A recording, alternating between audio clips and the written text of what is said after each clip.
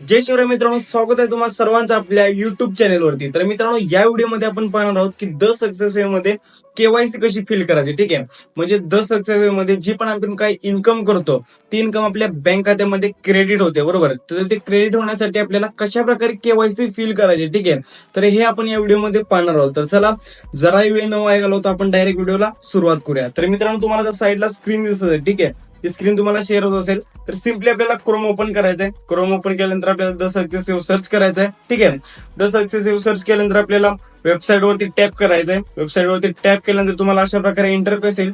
त्यानंतर आपल्याला three lines वरती क्लिक करायचं आहे. ठीक आहे, थ्री लाईन्स वरती क्लिक केल्यानंतर आपल्याला इथं लॉग इन या ऑप्शन वरती क्लिक करायचं आहे. आपण आता लॉग इन करून घ्यायचं आहे आपली आयडी. तर अशा प्रकारे मी आपली आयडी लॉग इन करून घेतलेली आहे. ठीक आहे, ते पाहू शकता अशा प्रकारे तुम्हाला इंटरफेस आला असेल.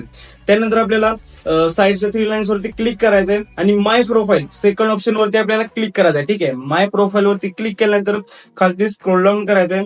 खालती स्क्रोल डाऊन केल्यानंतर तुम्ही ते आपला तुमचा फोटो सुद्धा अपलोड करू शकता. ठीक आहे, चूज फाईल, इथे तुम्हाला गॅलरीत जाऊन तुम्ही तुमचा फोटो अपलोड करू शकता. त्यानंतर खाली तुमचं नेम, इथे तुम्हाला नेम बदलायचं असेल तर तुम्ही नेम बदलू शकता.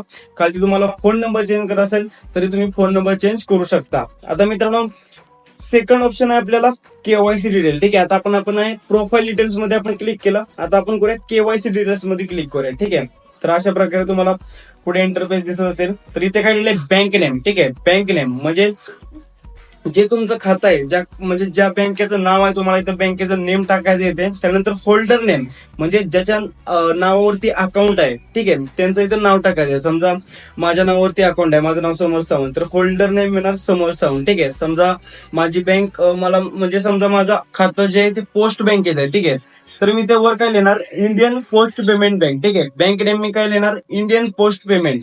ठीक आहे, त्यानंतर खाली होल्डर नेम येणार समोर सावंत, माझं नाव. ठीक आहे, त्यानंतर अकाउंट नंबर म्हणजे जो काही तुमचा अकाउंट नंबर आहे तिथे फिल करायचा. त्यानंतर आयएफएससी कोड. ठीक आहे, तर मित्रांनो आयएफएससी कोड कसा आपल्याला फिल करायचा आहे, बऱ्याच लोकांना माहित नसतं की आयएफएससी कोड म्हणजे काय. ठीक आहे, तर मित्रांनो समजा तुमचं पोस्टाचं खातं आहे, ठीक आहे, पोस्ट पेमेंटचं तुमचं खातं आहे, तर तुम्हाला एक कार्ड मिळालेलं असतं. ठीक आहे, त्या कार्ड वरती अकाउंट नंबर असतो वरती आणि खालती आयएफएससी कोड असतो. तर यो आयएफएससी कोड आपल्याला फिल करायचा आहे. समजा तुमचं पोस्ट बँकेचं अकाउंट नसेल तर कोणत्याही बँकेचं अकाउंट असेल तर त्यांचं एक पासबुक घ्यायचं. ठीक आहे, जे पण तुमचं अकाउंट आहे बँकेमध्ये त्याचं पासबुक घ्यायचं.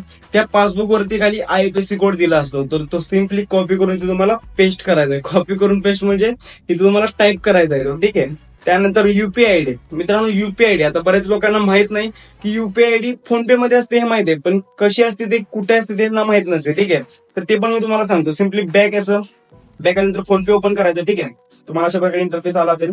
फोन पे ओपन करायचं.